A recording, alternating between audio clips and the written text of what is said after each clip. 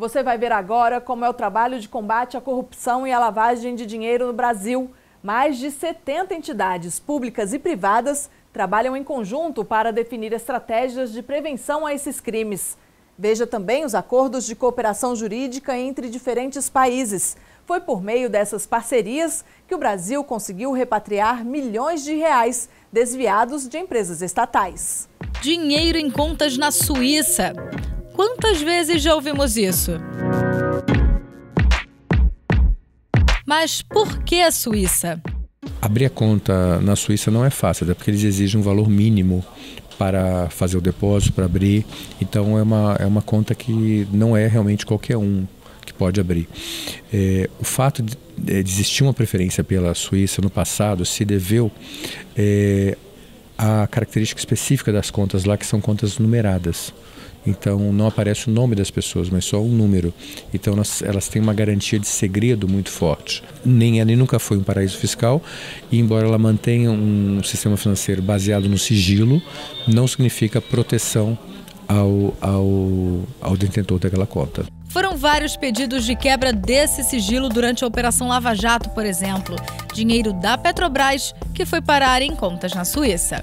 E uma vez que o Ministério Público Suíço enviou informações oficiais sobre as contas, os seus verdadeiros titulares e quem podia movimentar, então essas informações chegavam ao Ministério Público Brasileiro, e com essas informações eles pediam então para que o juiz, o Poder Judiciário, expedisse mandatos de busca, apreensão e até mesmo de prisão preventiva ou não. O Brasil é signatário de vários tratados de combate à corrupção.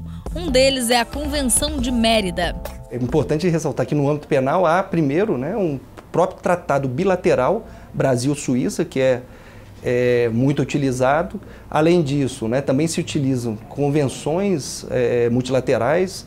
Vamos citar não só Mérida, que é a Convenção das Nações Unidas contra a Corrupção, mas também a Convenção de Palermo, que é a Convenção contra o Crime Organizado Transnacional. Esses tratados, seja no âmbito bilateral como multilateral, eles viabilizam, primeiro, o bloqueio do recurso, e é bom que se diga que a Suíça opera de forma extremamente célere em relação a esses bloqueios, e o posterior perdimento e repatriação desses recursos. E a Suíça não é o único país a colaborar com informações sobre a corrupção e a lavagem de dinheiro envolvendo a Petrobras. Em mais de 3 anos de Operação Lava Jato, foram feitos 183 pedidos de cooperação internacional. 140 deles pedidos ativos, ou seja, o Brasil buscando informação em outros 33 países. Já os outros 53 são pedidos passivos, que vêm de 24 nações diferentes. Para as investigações envolvendo a construtora Odebrecht, foi montada uma mega estrutura. No início deste ano, procuradores gerais de alguns países envolvidos no escândalo firmaram um acordo de cooperação jurídica inédito na América Latina. 11 países são signatários da Declaração de Brasília sobre a cooperação jurídica internacional contra a corrupção. O acordo foi assinado por representantes dos Ministérios Públicos do Brasil, Argentina, Chile, Colômbia, Equador, México, Panamá, Peru, Portugal, República Dominicana e Venezuela. Um dos maiores para mim foi justamente o da Convenção da OEA de 96, que é, eu diria que é a convenção master, ela é a matriz de todas as demais. Às vezes algum ponto específico não foi coberto no acordo original, que é esse que eu mencionei de 96, que é o principal.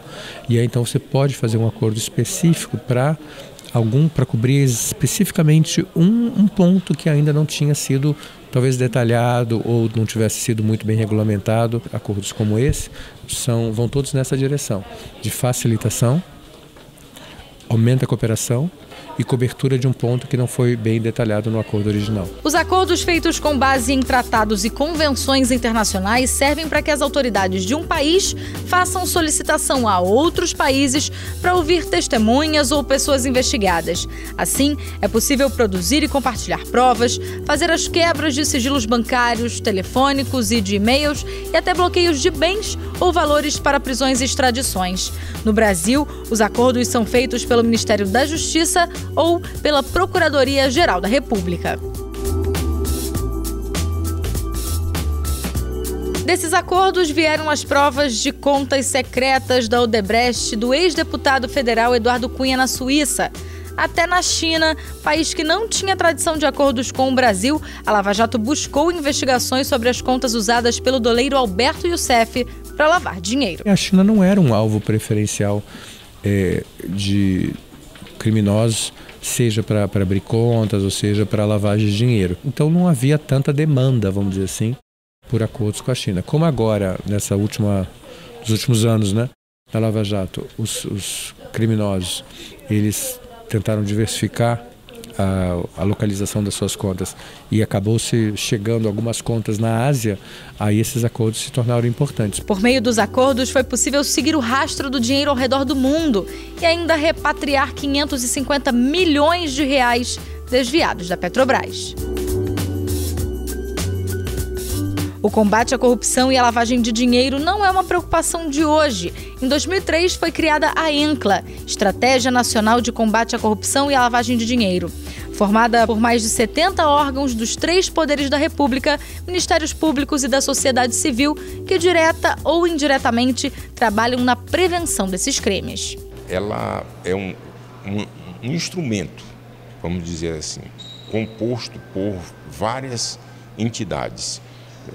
Não só institucionais, como é o caso do Ministério Público, da Polícia Federal, do Governo Federal, mas também de associações, como é o caso da AJUF. O trabalho desenvolvido pela ENCLA nesses anos trouxe resultados muito positivos.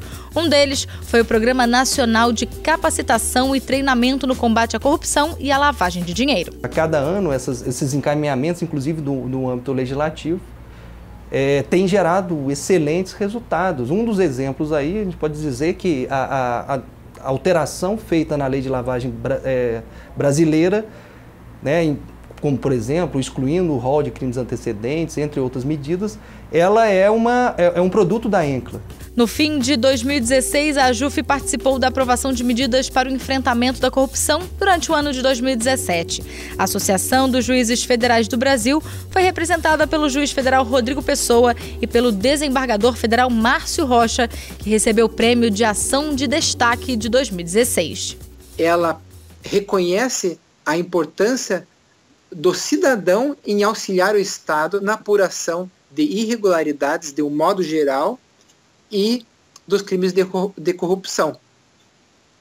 A ideia é estabelecer um programa que dê proteção ao cidadão para que ele possa relatar fatos que tenham importância de apuração pelos órgãos públicos, mas que ele esteja também protegido para fazer isso. Esforços de todos os lados, do Brasil e de vários países, para combater um dos maiores problemas: a corrupção. A lavagem de dinheiro ela é proveniente de crimes e muitas das vezes crimes graves, como é o caso do tráfico ilícito de entorpecentes e a corrupção, que ela é nefasta para todos os países. Então todos os países têm interesse em coibir, em combater, enfrentar a lavagem de dinheiro.